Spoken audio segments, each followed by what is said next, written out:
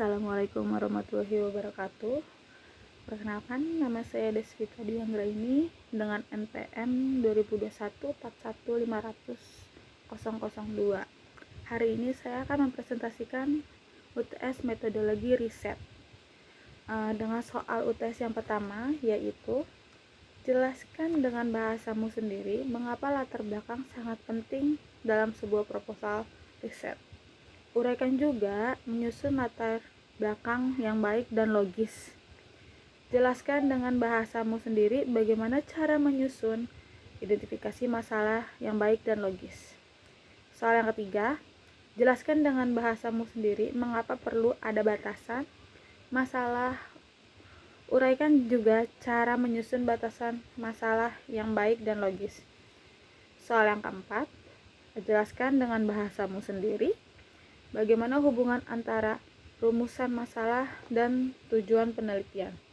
Uraikan juga cara menyusun rumusan masalah dan tujuan penelitian untuk riset kuantitatif yang baik. Soal yang kelima, susunlah dalam versi ringkas uraian terkait bab 1 pendahuluan dengan isi latar belakang, identifikasi masalah, batasan masalah, rumusan masalah, tujuan masalah, tujuan penelitian, dan kegunaan penelitian dengan judul sebagai berikut. Pengaruh efikasi diri terhadap kemampuan literasi sains. Soal yang pertama yaitu latar belakang. Latar belakang dalam proposal riset sangat penting karena memberikan konteks dan alasan mengapa penelitian tersebut dilakukan. Ini membantu pembaca memahami masalah yang dihadapi dan relevansi penelitian. Cara menyusun latar belakang yang baik dan logis. Yang pertama, ada identifikasi permasalahan, yaitu mulailah dengan menjelaskan masalah atau kebutuhan yang ingin diatasi. Pastikan untuk menjelaskan dengan jelas dan ringkas. Yang kedua, tinjau literatur terkait, yaitu lakukan tinjauan terhadap penelitian atau literatur yang relevan untuk memberikan konteks dan mendukung urgensi penelitian Anda. Yang ketiga, ada jelaskan konteks terhadap tempat dan waktu, yaitu berikan informasi tentang situasi yang relevan dengan masalah yang diidentifikasi, serta bagaimana situasi tersebut berkembang. Yang keempat, ada identifikasi dampak, yaitu gambarkan dampak dari masalah yang ada dan konsekuensi jika tidak segera diatasi untuk memperkuat urgensi penelitian. Yang kelima, ada tampilan data pendukung, yaitu sajikan data atau statistik yang relevan untuk mendukung argumen Anda sehingga memberikan dasar yang kuat bagi permasalahan yang diangkat. Yang keenam, ada deskripsikan solusi yang ada, yaitu jika ada solusi atau usaha yang telah dilakukan sebelumnya, jelaskan hal tersebut dan mengapa penelitian Anda diperlukan. Yang ketujuh, ada sesuaikan dengan audiens, yaitu pastikan bahasa dan pendekatan yang digunakan sesuai dengan audiens yang dituju agar mudah dipahami. Dan yang terakhir, yang kedelapan, ada ringkas dan jelas, yaitu usahakan untuk menyajikan latar belakang secara ringkas dan jelas tanpa menggunakan bahasa yang terlalu teknis tanpa penjelasan yang memadai. Soal yang kedua yaitu menyusun identifikasi masalah yang baik dan logis adalah langkah penting dalam proses penelitian. Identifikasi masalah yang jelas dan terfokus akan membantu penelitian untuk merumuskan tujuan penelitian dan metodologi yang tepat. Dalam menyusun identifikasi, ada beberapa poin yang penting yang bisa dilakukan, yaitu yang pertama ada observasi dan identifikasi fenomena. Yang pertama ada mulai dengan pengamatan. Langkah awal adalah mengamati lingkungan sekitar, literatur, atau data yang relevan dengan bidang yang Anda minati. Yang kedua, ada identifikasi fenomena yang menarik. Pilih fenomena spesifik yang menarik perhatian Anda dan terasa penting untuk diteliti atau dipecahkan. Yang kedua, ada pembatasan dan fokus masalah. Yang pertama, ada terlalu luas dan bisa dilakukan dalam persempit. Seringkali fenomena ini awalnya yang teramati masih terlalu luas. Jadi, kita perlu mempersempit fokus masalah itu agar penelitian atau proyek Anda lebih terarah dan manageable. Yang kedua, ada identifikasi variabel kunci, yaitu tentukan variabel-variabel utama yang terlibat dalam fenomena tersebut. Yang ketiga, ada pertimbangan konteks, yaitu pikirkan tentang batasan konteks penelitian Anda, seperti lokasi, waktu, atau populasi tertentu. Yang ketiga, ada merumuskan pernyataan masalah. Yang pertama, ada jelaskan ketidaksesuaian. Rumusan pernyataan yang jelas dan ringkas mengenai ketidaksesuaian antara harapan dan kenyataan, teori dan praktik, atau kondisi yang ada dan kondisi yang seharusnya. Yang kedua, ada gunakan bahasa yang jelas dan spesifik. Hindari penggunaan istilah yang ambigu atau terlalu umum. Yang ketiga, ada format pernyataan atau opsional. Beberapa penelitian merumuskan masalah dalam bentuk pertanyaan. Yang keempat, ada menjelaskan latar belakang masalah. Yang pertama, ada konteks yang lebih luas.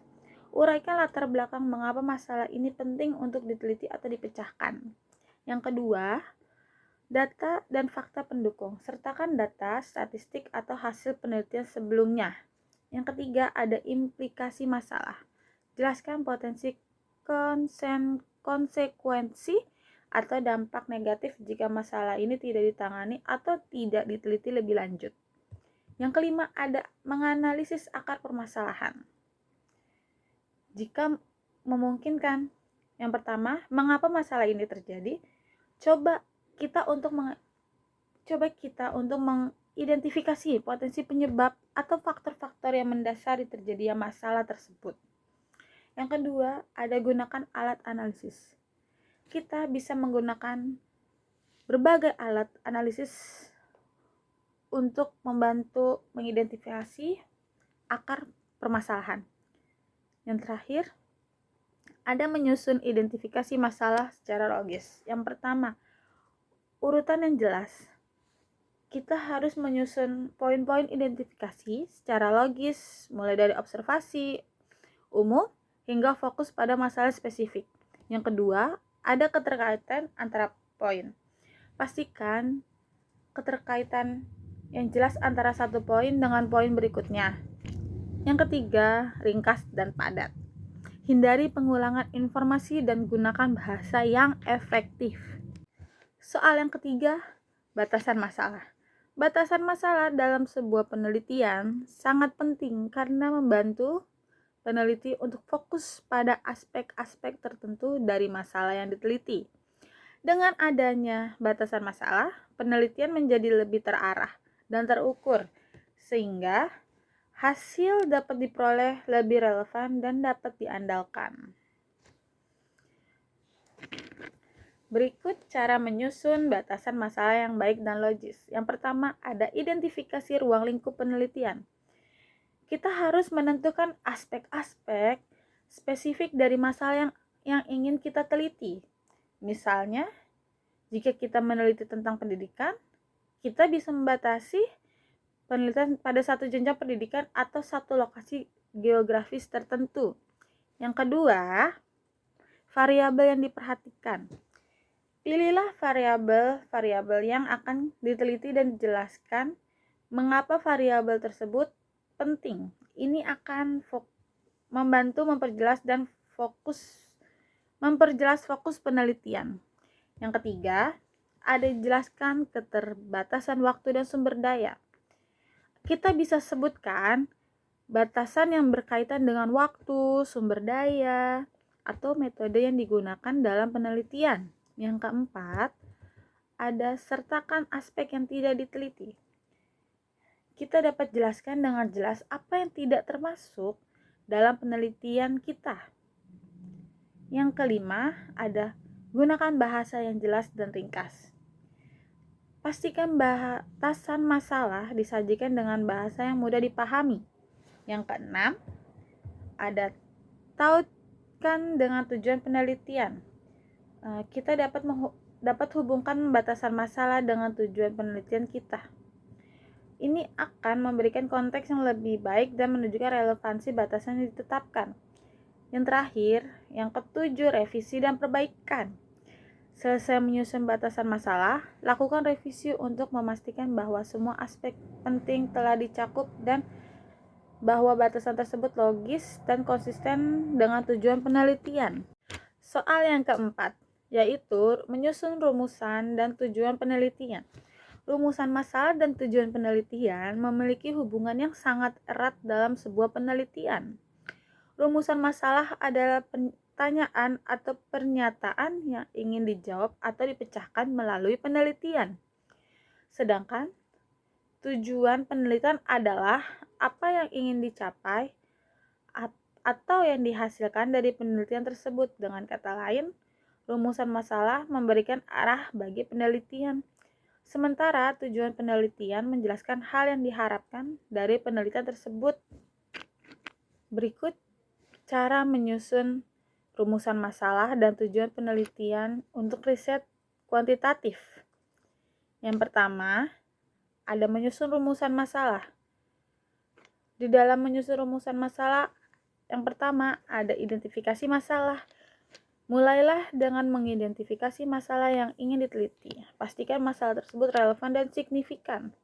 Yang kedua, buat pertanyaan yang jelas. Rumuskan pertanyaan penelitian yang spesifik dan jelas. Pertanyaan ini harus dapat dijawab melalui pengumpulan dan analisis data kuantitatif. Yang ketiga, gunakan bahasa yang tepat. Pastikan rumusan masalah menggunakan bahasa yang formal dan akademis. Hindari istilah yang ambigu dan tidak jelas. Yang terakhir, ada fokus pada variabel. Jika penelitian melibatkan variabel, sebutkan variabel-variabel tersebut dalam rumusan masalah. Yang kedua, ada menyusun tujuan penelitian. Dalam menyusun tujuan penelitian ada sebagai berikut. Tujuan hasil yang diharapkan. Tujuan penelitian harus mencerminkan hasil yang ingin dicapai. Yang kedua, gunakan kalimat yang jelas dan spesifik. Tujuan penelitian harus disusun dalam kalimat yang jelas dan spesifik. Hindari pernyataan yang terlalu umum. Yang ketiga, sertakan metode yang digunakan. Jika relevan, sebutkan metode yang akan digunakan untuk mencapai tujuan tersebut. Yang keempat, ada hubungkan dengan rumusan masalah. Pastikan tujuan penelitian secara langsung berkaitan dengan rumusan masalah yang telah disusun. Soal yang kelima, ada susunlah dalam versi ringkas uraian terkait bab 1 pendahuluan yang berisi latar belakang, identifikasi masalah, batasan masalah, rumusan masalah, tujuan penelitian, dan kegunaan penelitian dengan judul sebagai berikut. Pengaruh efikasi diri terhadap kemampuan literasi sains. Bab 1. Latar belakang. Kemampuan literasi sains memegang peranan krusial dalam kehidupan modern. Memungkinkan individu untuk memahami isu-isu ilmiah, membuat keputusan berbasis bukti, dan berpartisipasi aktif dalam masyarakat. Namun, tingkat literasi sains di kalangan siswa masih menjadi perhatian. Salah satu faktor psikologis yang diduga kuat mempengaruhi kemampuan ini adalah efikasi diri, yaitu keyakinan individu terhadap kemampuannya dalam menyelesaikan tugas atau mencapai tujuan tertentu. Siswa dengan efikasi diri yang tinggi cenderung lebih gigih, termotivasi, dan berani menghadapi tantangan dalam pembelajaran sains, yang pada akhirnya dapat meningkatkan kemampuan literasi sains mereka. Penelitian ini penting untuk memahami lebih dalam hubungan antara efikasi diri dan literasi sains, sehingga dapat dirancang intervensi pendidikan yang efektif untuk meningkatkan kedua aspek tersebut. Selanjutnya, ada batasan masalah. 1. Pengaruh efikasi diri siswa terhadap kemampuan literasi sains dalam konteks pembelajaran biologi kelas 10. Yang kedua, efikasi diri yang diukur terbatas pada keyakinan siswa dalam menyelesaikan tugas-tugas yang berkaitan dengan sains. Yang ketiga, siswa kelas 10 di salah satu SMA di Bekasi. Tujuan penelitian. Penelitian ini bertujuan untuk menganalisis pengaruh efikasi diri terhadap kemampuan literasi sains pada siswa kelas 10 di salah satu SMA di Bekasi. Selanjutnya, kegunaan penelitian. Yang pertama ada teoretis, yaitu memberikan kontribusi pada pengembangan teori terkait faktor-faktor psikologis yang mempengaruhi literasi sains. Yang kedua, praktis, yaitu pertama ada memberikan informasi bagi pendidik dan pembuat kebijakan dalam merancang strategis pembelajaran yang dapat meningkatkan efikasi diri dan literasi siswa. Yang kedua, menjadi bahan pertimbangan dalam pengembangan instrumen asesmen literasi sains yang komprehensif. Yang ketiga, yaitu mendorong penelitian lebih lanjut mengenai faktor-faktor lain yang memengaruhi literasi sains. Sekian, terima kasih.